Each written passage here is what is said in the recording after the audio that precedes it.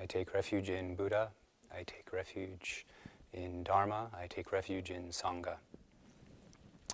This is the Ancient Way, Sesshin, 2017. Life is precious to us. Even in a most dim and contracted state, our own well-being is precious to us. And taking care of this life, a call that can't be silenced. It's a kind of compassion that is always on display. The inability to not be taking care. And if our vision of our life is big, then our caretaking is big. And if our vision of our life is shrunk, then our caretaking becomes shrunk. But the sympathy for life is always on display. Numbing out is a gesture of taking care, strategy. Longing to not exist is a gesture of care, strategy. Longing to thrive is a gesture of care. If we view ourselves and others as little life bubbles on the periphery of other life bubbles, or if we view ourselves as like meat computers. I know from talking to some of you that you believe you're a meat computer. If we view ourselves as meat computers, carried around by meat suits, surrounded by others, with whom we have to jockey for position and prove our worth, then our territory and responsibility in a way becomes very clear. It's clearly partitioned, it's clearly limited, it's safe, and it's binary. My meat computer's in here and yours is out there. But this view, seemingly rational, seemingly reasonable, invites a haunting, calls forth a particular kind of ghost. We become haunted by the ghost of out there. When we're haunted by the ghost of out there, we live in relationship to something we are not certain of. We live in relationship to something we have not experienced, that we cannot experience. The ghost of out there is something that seems to exist, but it can't be verified. We've never experienced anything but this moment. Whatever comes up is the shape of this moment. But because I have a feeling of out there, but have not directly experienced it, even my uncertainty is uncertain. And so I worry about thoughts that others out there with their brains in there may be having about myself in here. But I can't be certain about that. So I'm haunted. And haunted by out there, I may live in an ambiance of vagueness.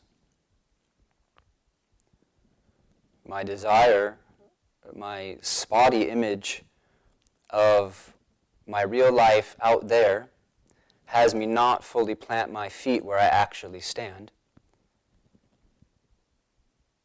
My longing to know what's on the other side, around the bend in the promised land, has me not fully open my eyes to this place.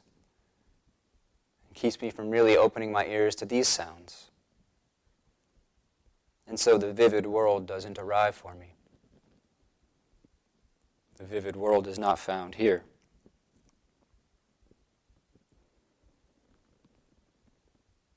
And the people, the beings in my mandala, are sacrificed to that spirit of elsewhere. In my practice, my life, my only life here and now, shrunken, contorted, sacrificed, put on the altar, offered up to the spirit of out there, to elsewhere.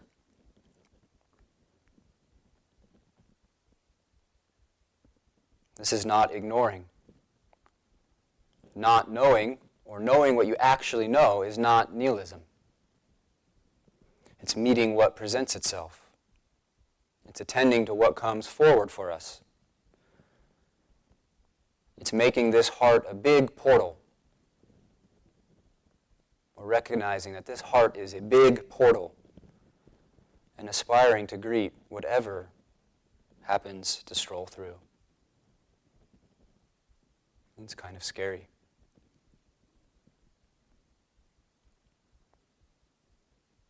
So I offer you this Bodhi mind. I offer up the stewardship of an inclusive and available self.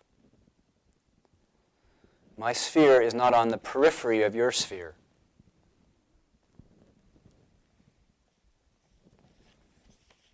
Your sphere of care not in the periphery. How you care for your universe, the only one you know exists, is how the universe is cared for. How you care for your universe, the only one you've ever experienced, is how the universe is cared for. Because what other life, what other place can be cared for? So we start each morning in this tradition. Vast is the robe of liberation. A field of benefaction far beyond form or emptiness. I wear the Buddha's teaching, freeing all beings. I wear the Buddha's teaching, freeing all beings.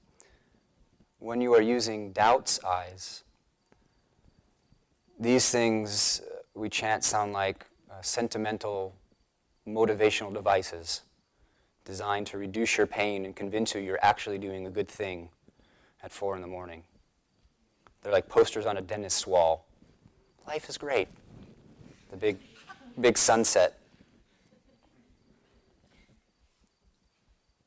And that's doubt's eyes.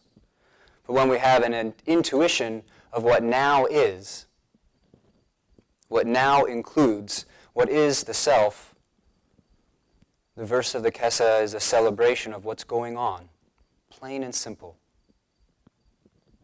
It's just telling it how it is, straight talk. Because we've only ever known this life. You have always been here for it. So ordained life, for example, is this getting down to business and taking care. And you take on the robe in that particular way. There's many ways to take on the robe. You take on the robe in that particular way because you know that by getting down to business and taking care, you're brought to life. You're brought to a certain kind of love by taking care. So practice means here or somewhere out there, we get down to business and take care. Take care in a way that feels meaningful, that enlivens us and others, that's wholesome.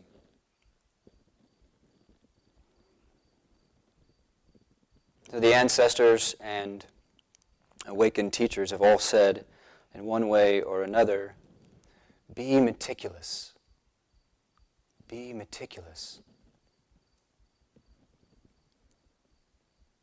Moment by moment, watch your step. Moment by moment, watch your step. So in the atmosphere of the inner critic, we misinterpret non-judgmental awareness as an invitation to live a sloppy life. Because who in the Dharma would judge good or bad? Who can say what's right or wrong? Who can say what's strong or weak practice? And we misunderstand. We misunderstand what it means to be meticulous, what it means to live the Dharma in our every action. So awareness is not an invitation to live a sloppy life. In fact, the great masters thought it was quite the opposite. Padmasambhava, the transmitter of the lineage to Tibet, regarded as the second Buddha in that culture, said, "Though my experience of reality is as vast and spacious as the sky, my attention to actions and their results is finer than barley flour. Though my view is vast and spacious as the sky, my attention, my carefulness, my meticulousness with body, speech, and mind is finer than barley flour." So outside and apart from details, where will you find your life? Apart from our moment-by-moment actions of body, mouth, and mind, how will we save this being from a suffering, neglected life?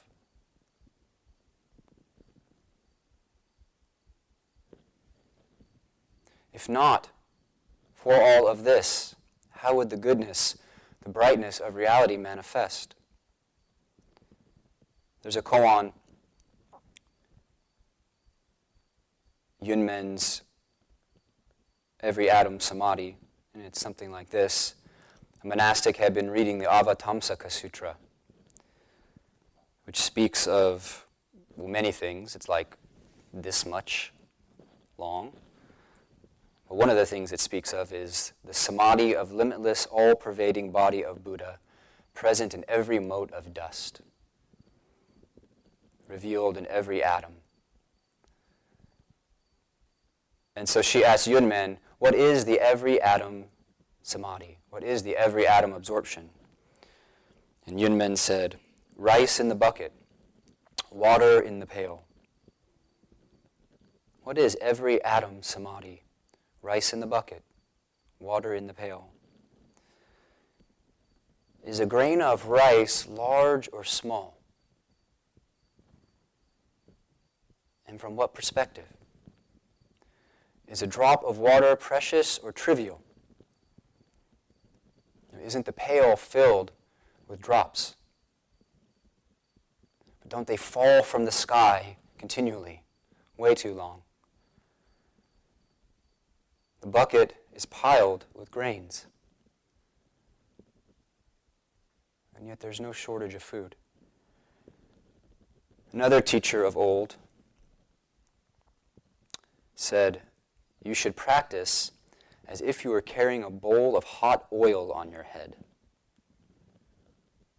The spirit of your practice should be as if you had a bowl of hot oil on your head. Here's a Jim Harrison poem.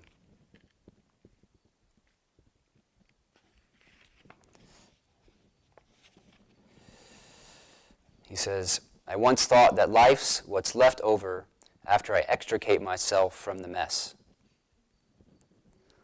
I was writing a poem about paying attention and microwaved a hot dog so hot it burned a beet red hole in the roof of my mouth. Chanting a sutra, the monk stepped fatally on the viper's tail. Every gun is loaded and cocked. In my first week at the monastery here,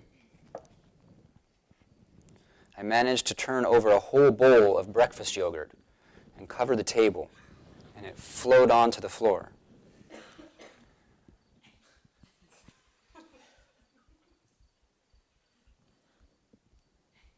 And so for many of us, Zen calls forth our anal retentive inner perfection parts. I don't know, is it the straight rows or the round cushions or the black robes? I have no idea. Zen calls forth our anal retentive inner perfection parts, and I've tried that over and over and continually fail. So this week, I poured soy milk all over the oryoki table and gave my rakusu a cleaning, and I couldn't pretend that it was somehow intentional, though my first instinct was to act non-attached. I'm still not clear whether acting non-attached or being non-attached, what the difference is. But I'm a klutz. I'm a capital K klutz. After having done this for a little while, one just straightforward piece of advice is, it's good to lose face. It's really good to lose face. It's such a burden. It's good to lose face as soon as possible. Another story, a couple of years ago, I was in line for Sanzen at another monastery, trying to keep my cool in front of the senior monks as I started shaking from holding my nervous bowels. And I had beads of sweat forming on my forehead and faint but consequential farts leaking out.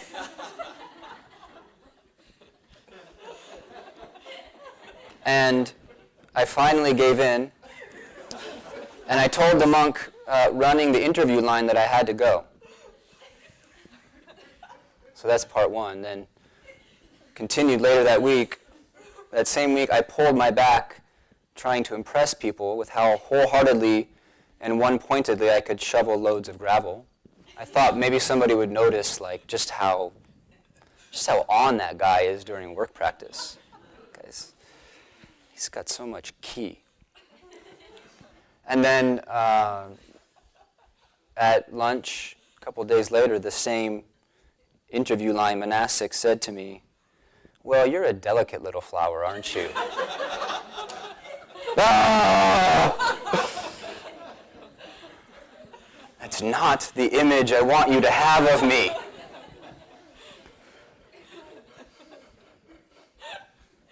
It's such a relief.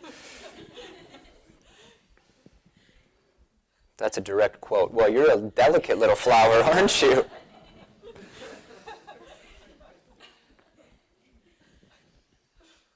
So these things don't crush my spirit so much anymore. How could they not? There's now this moment, and now this moment. In meticulous practice, this moment is neither connected nor disconnected. This self is neither that one or not that one. Neither a klutz nor not a klutz. It's like the Yiddish Heart Sutra. So I am many things to many people. I'm existing in many minds. Well, which one is the true reflection? Where does the actual Jogen reside? And how can I find out?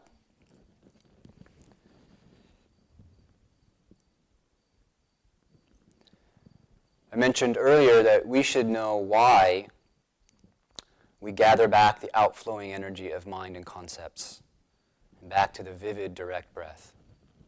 Sound, body, koan, whatever your method. And please be clear on your method, as there's more and more spontaneous teaching in the Zendo. We should know why we're doing that.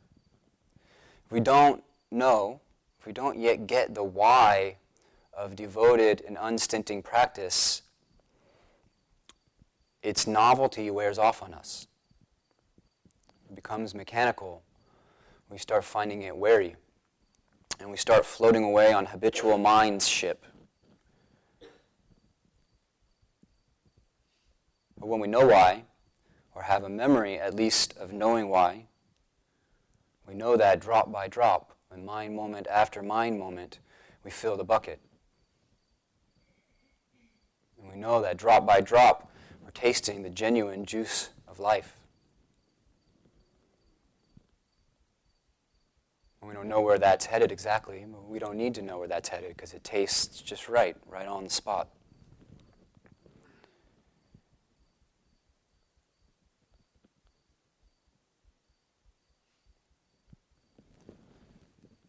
So I want to read from great ancestor Dogen Zenji's Gyoji, Continuous Practice.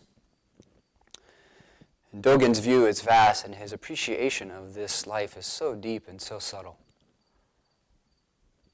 I read him and I get the sense that I'm living in a black and white world compared to somebody so alive, so sensitive to what's actually happening.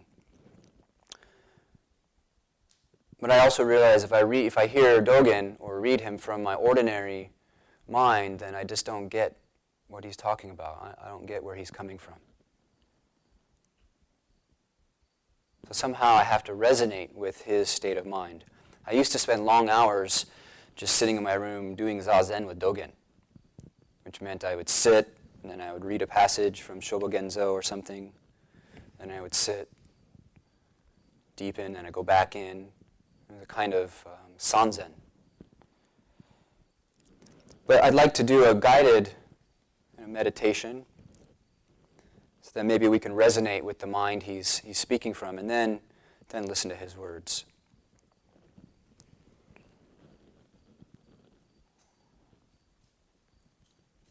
So if you wish, make yourself receptive.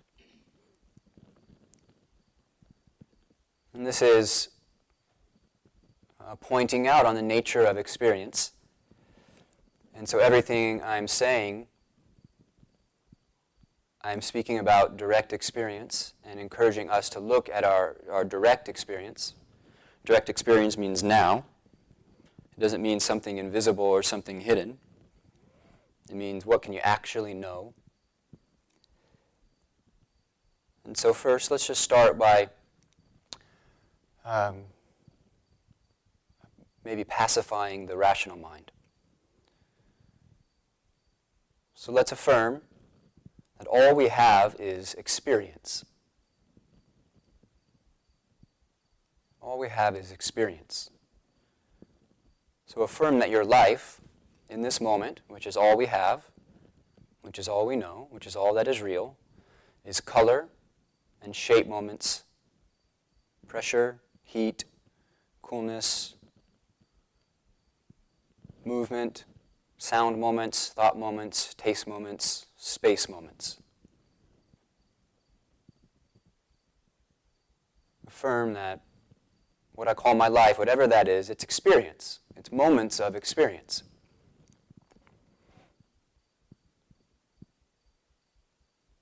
We can't get outside of experience. So affirm right now that your life consists of some configuration of color, shape, sound, coolness, heat, pressure, movement, thought. It's basic. So this moment, our only moment, is experience. And the thing about it being only experience, that means we can't touch the backside.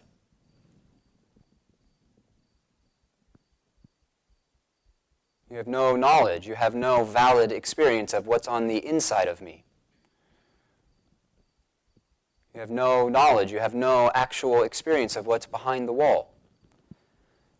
You might have the experience of a concept, of a memory of what's behind the wall, but you don't have direct experience. In fact, we don't touch experience at all. We can't say we ever even make contact with it because it doesn't abide.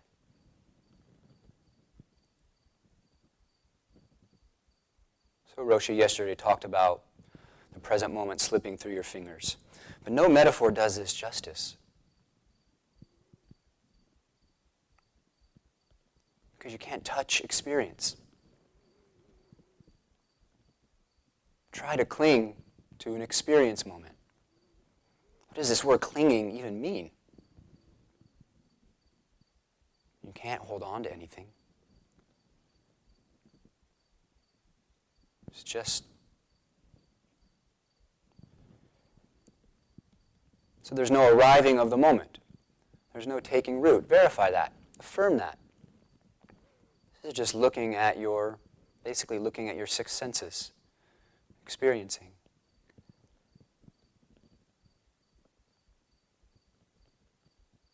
Experience doesn't arrive. To say it's there is only a matter of speaking. It doesn't have a referent. Look at the texture of your hands. Tingling is not a hand. Pressure is not a hand. Color is not a hand. A contour is not a hand.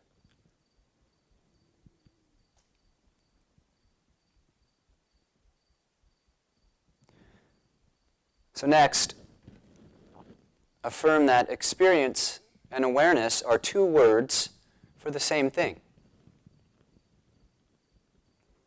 Experience is awareness. There's no seeing between the two. There's no extra light. There's no extra mind oozing out the edges. Experience and awareness, just different words for the same, expressing the same.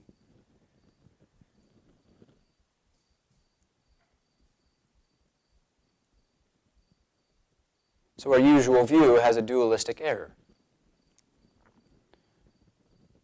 For example, we have a fuzzy sense that there is a hearer, which is me. There's the act of hearing, something the me does, and the sound out there that is heard. But that's not an actual experience. It's a fuzzy idea. A hearer, the act of hearing, and the heard. It's not an experience. But it's a belief that most of us have and feel and live the consequences of.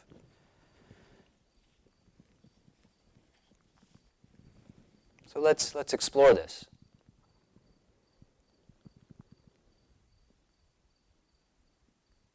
So as we go through this, you try to keep your mind stable, vivid, and alert. Because that's the platform for which we can look beyond the common notion of things. So first, just another affirmation. Let's remember that hearing is not a matter of volition.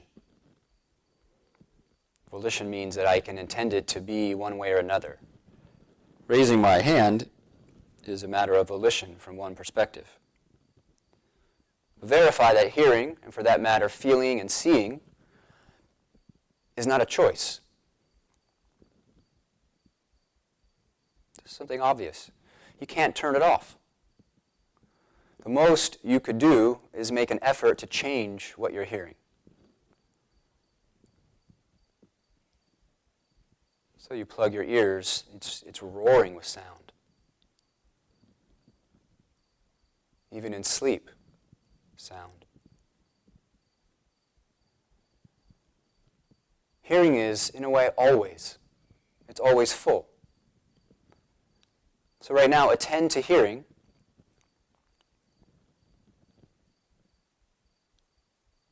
And affirm that there is no moment of contact between sounds and hearing. There is no mind traveling and arriving at a sound. And there are not sounds arriving at hearing. Sounds and hearing are one and the same. They don't meet and they don't part.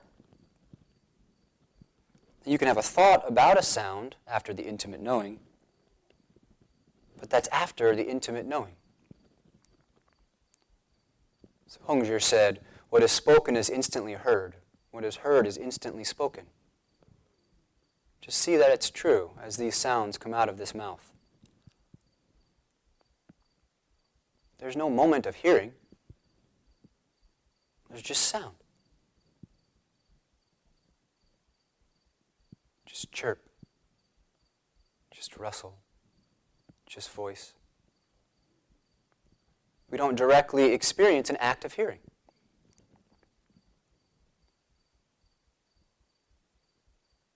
But how long is sound awareness? Doesn't it seem like sounds come and go? Like waves swelling and fading away? Obviously that's true. Don't experience one continual, unchanging monotone.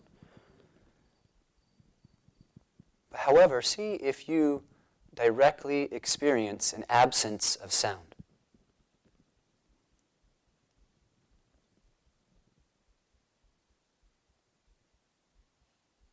You can experience changes in tone and dynamic range. You can directly know timbre. You can directly know pitch.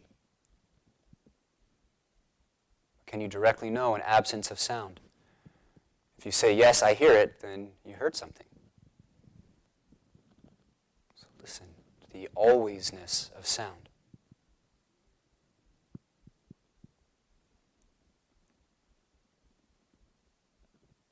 So next, let's turn to the sense of the subject.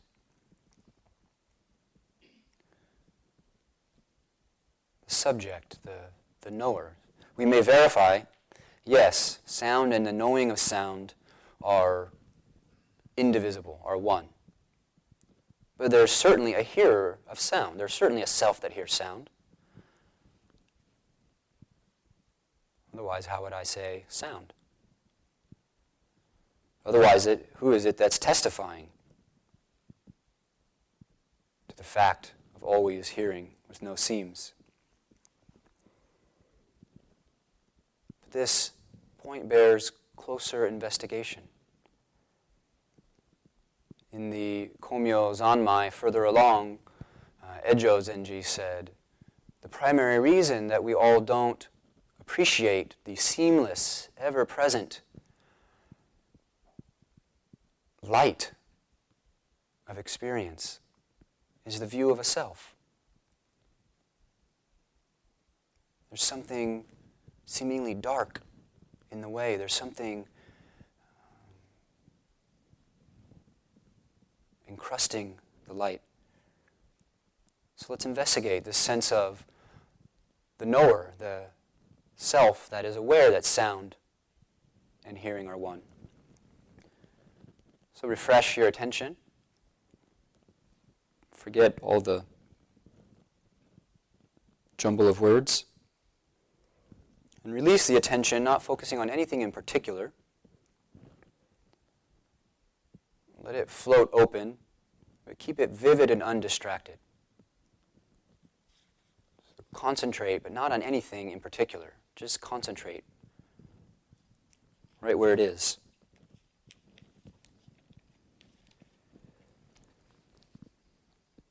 Keep returning to that open, unsupported concentration. Awake. Sustain that. Now notice the feeling of there being one at the center. Notice the feeling of the knower or the me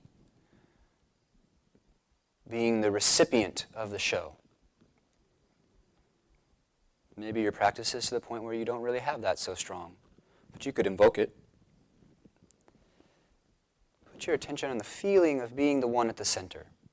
A very ordinary sense of, here I am. And see if you can zero in on the sense of the one at the center, maybe inside the head, hearing sounds.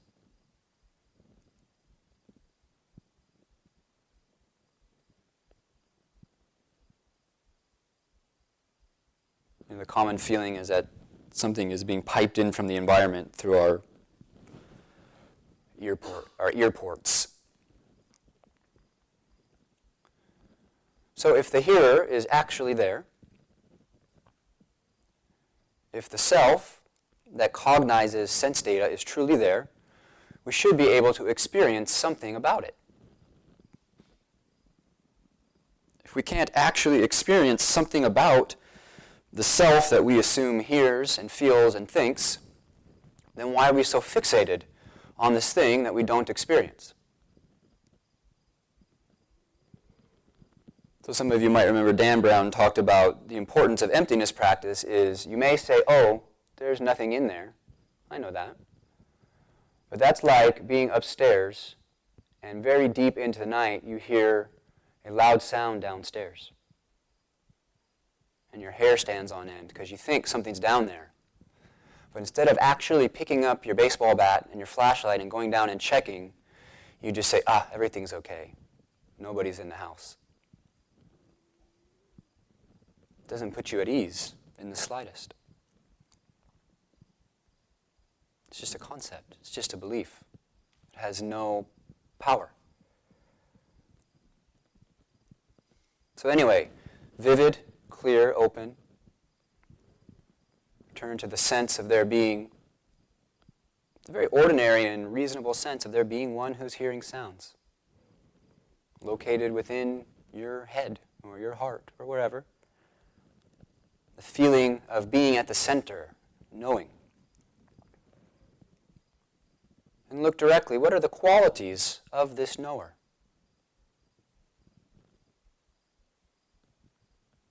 If something is there, it should have qualities.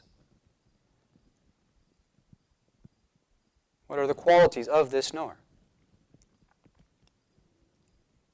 And you may notice thoughts moving. And just affirm, those are thoughts. Thoughts aren't the knower of sound. Affirm that.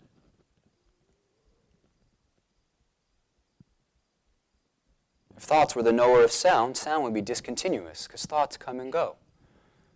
So affirm, the movements of mental wavering, image and sound, they can't be that which knows. They're just thoughts.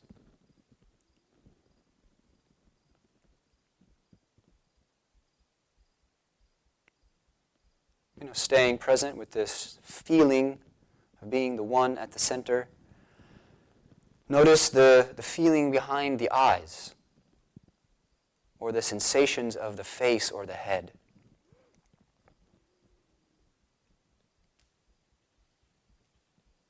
And probably there's some constellation of subtle sensation moving in the face or the head. And just verify, those are feelings. Feeling behind the eyes, pressure, maybe warmth, maybe movement. There's a feeling of the face, maybe temperature, tingling. But those feelings behind the eyes, those feelings of the face, they're not the knower of sound. It's kind of ridiculous. Those feelings, those subtle sensations that we feel in this area, they're not the knower of experience, they're simply feelings.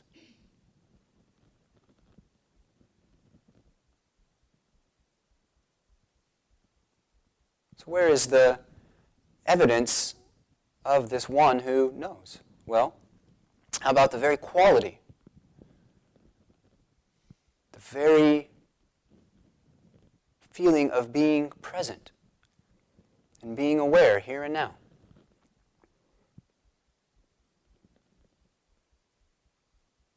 Just affirm that you are, or there is, awareness here and now.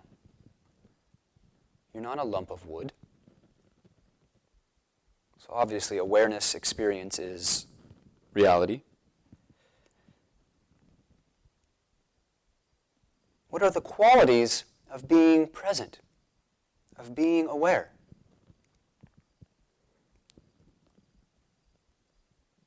See if you can zoom in or dial in to awareness itself.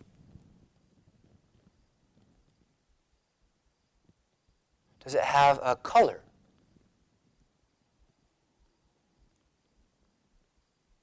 Does it have a shape?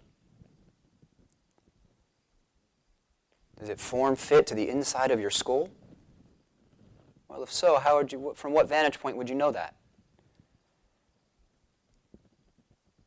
Is it filling up your body like water in a jug? Well, if that was the case, from where would you know it? Look directly at awareness with awareness. Does it have a shape or a location or a color? If it had one of these, it'd have to have all three of them.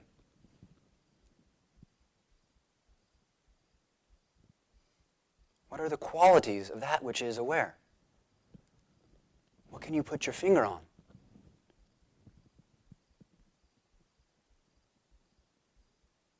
If I put an orange on the table in front of you, clearly you could say there's a shape, there's a color, there's a location, at least conventionally speaking.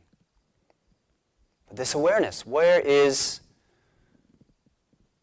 are its evident qualities? What can you point to? What can you say about being aware? Can you say you have awareness? Do you feel that you have awareness? Well, if you do, where is the one that has awareness? How many of there are you then? There's a sense that you have awareness, that you're a meat body with a meat computer. Somehow the chemicals are just right and there's consciousness.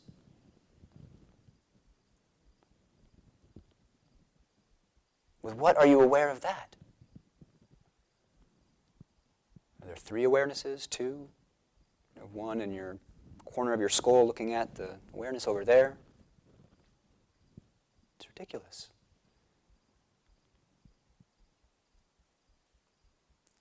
The quality of being aware, although you can't pin down anything specific, affirm that. Affirm that by looking, seeing it's ungraspable, and yet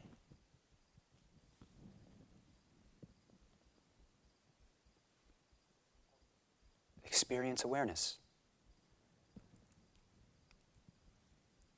Now shifting again, affirm that awareness is unceasing. Verify in your direct experience that it's always right here. Sometimes it's inclusive.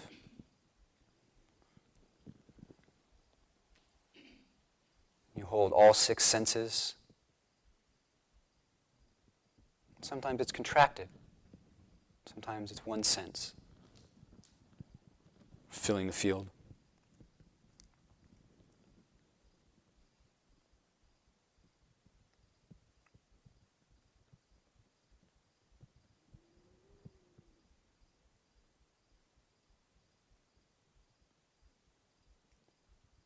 Now, as far as not having experience, not having awareness, not being the owner of awareness, means it's not personal. It doesn't belong to you. And yet, it's not some other person's experience. What we call other people are the experience of this experiencing.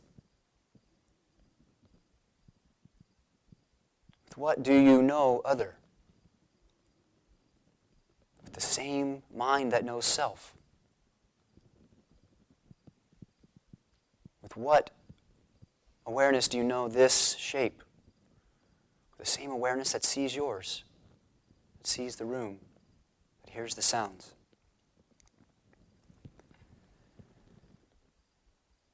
So indulge me a little bit more. Back to the feeling sense of the knower. The feeling sense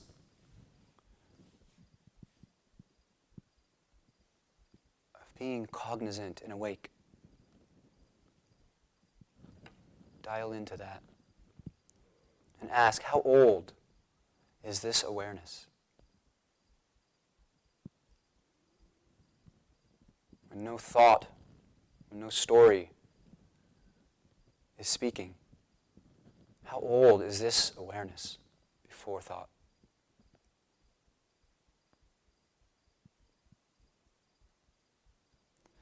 When did it come into being? The power is in the asking, not in the, oh yeah, I've heard this one before. When did this come into being?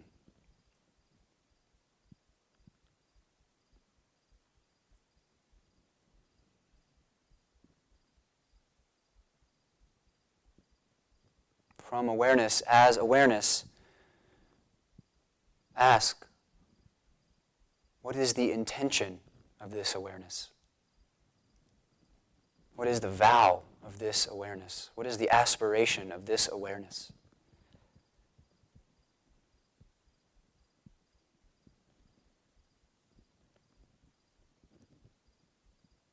What's the perspective of this awareness on this struggling, klutzy personality? How is it seen?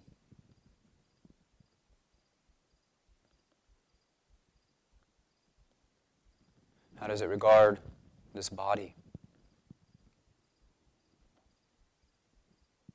With what quality does that awareness regard its body, these bodies.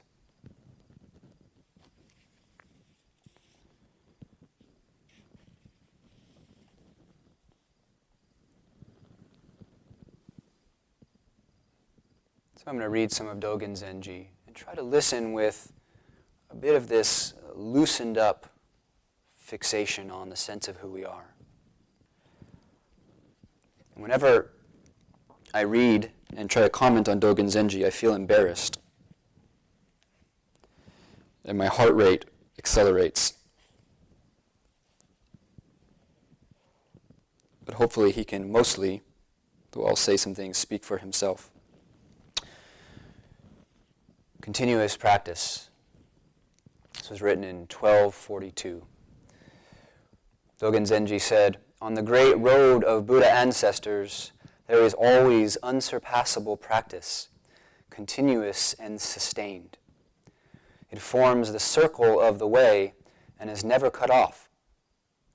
Between aspiration, practice, enlightenment, and nirvana, there is not a moment's gap. Continuous practice is the circle of the way. This being so, continuous practice is unstained. It's not forced by you or others. The power of this continuous practice confirms you as well as others.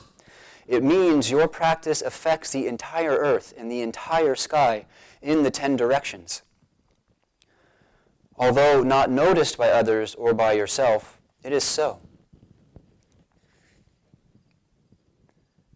The practice is details. Details are this moment. This moment is not isolated. This moment is not self-contained.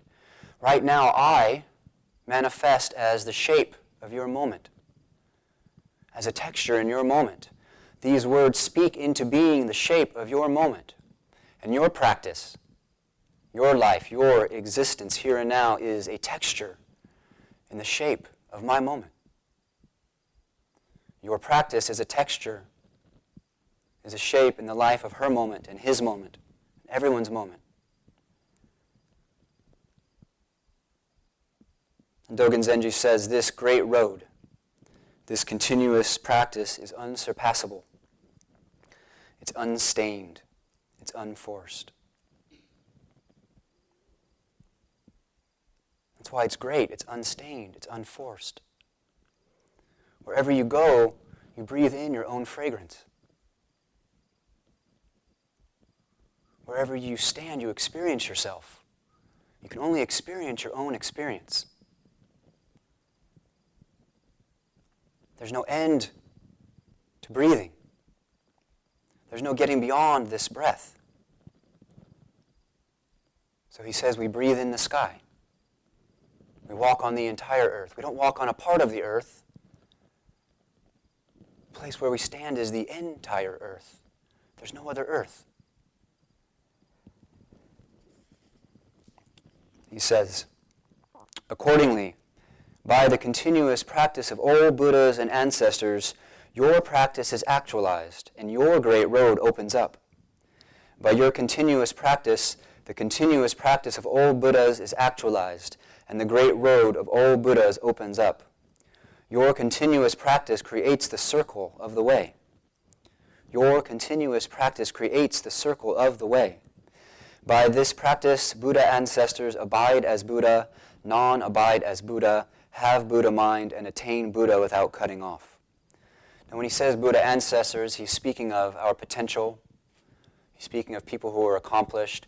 And he's speaking of what we really are, outside of the conditioned view, in this moment.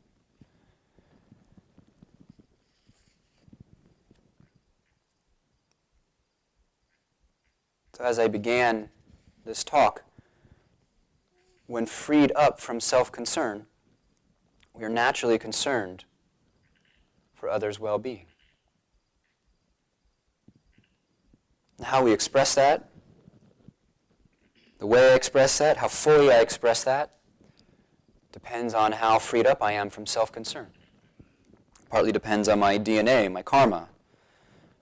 Definitely depends on my view of reality. How I express concern for others depends on my view of what well-being is. Dogen Zenji is partially addressing lineage. So, for example, this monastery and these forms and ways that we uphold and embody. It's a continuous practice of Buddhas. It's a continuous practice of ancestors. And I try to talk about this in a linear way, it doesn't quite hit it.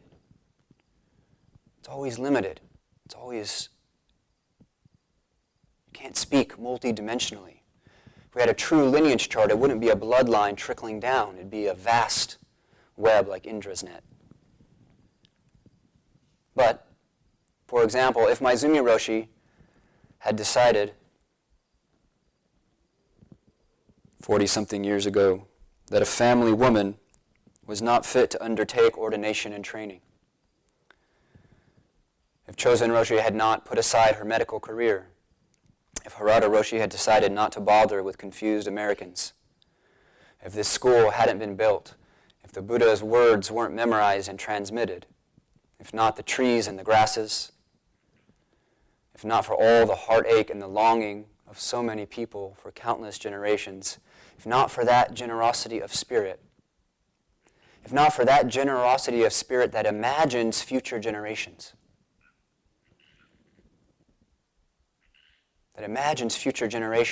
there would be no circle of the way. If not for beings thirsty and weary from restlessness, weary, restless beings from the past, the present, and yet to be born, there could be no compassion. There could be no motivation. There could be no aspiration. There could be no meaning to this practice. There could be no circle of the way. There'd be a big gap.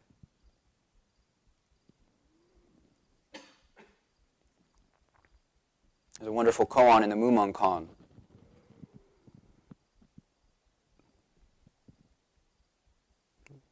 With a lot of these koans, every few years when I go back to them, I go, oh.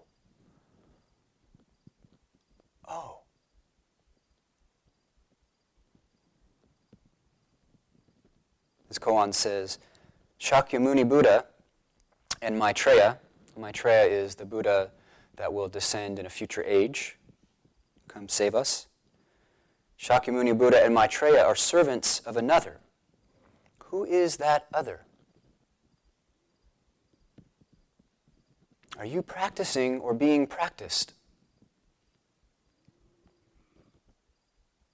By what means do you lay claim to this practice? By what evidence does it belong to you? Are you practicing or being practiced? Either way, I deeply believe, the virtue of reducing self-clinging and offering Bodhi mind is plain as day, is crystal clear.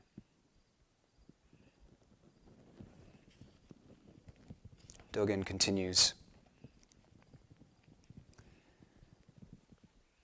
because of this practice, there are the sun, the moon, and the stars. Because of this practice, there are the great earth and the open sky. Because of this practice, there are body, mind, and their environs. Because of this practice, there are the 4 great elements and the 5 skandhas. That is, the constituents of this body-mind. Continuous practice is not necessarily something people in the world love, but it should be the true place of return for everyone. Now, Dogen is not shriveled into a little view of Buddhism being the best thing and everything else being bad.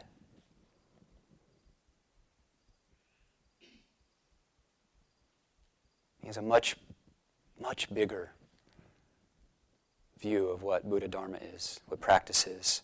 Continuous practice is not necessarily something people in the world love, but it should be the true place of return for everyone.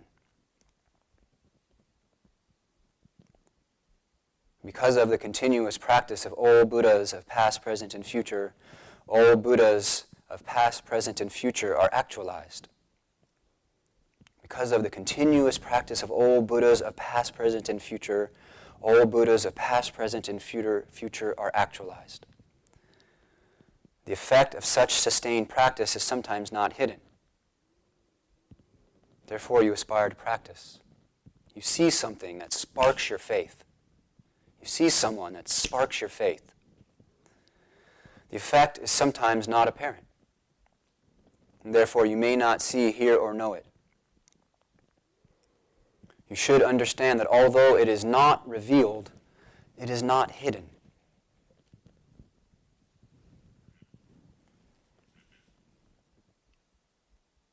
So what if the feeling that I have a life, I have awareness, is just a limited belief?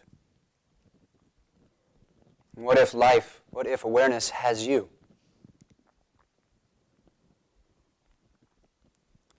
If it has you, how does it have you? Sun, moon, and stars, body, mind, and environs, 4 great elements and 5 skandhas.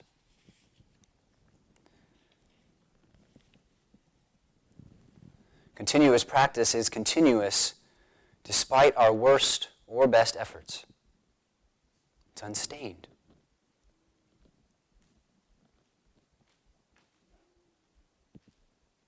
Continuous practice is continuous practice. But how we are brought forth, how we bring forth this world, clearly or fogged over, as a miracle or a burden, as transparent all the way through or thick to the bottom, this is a matter of aspiration and practice, insight and release. This is very personal. This cuts right to the core. And this is our primary concern. And this is our primary responsibility. And yes, not all of the parts of us love it, but through it, all parts of us are amended and redeemed and revisioned and offered up.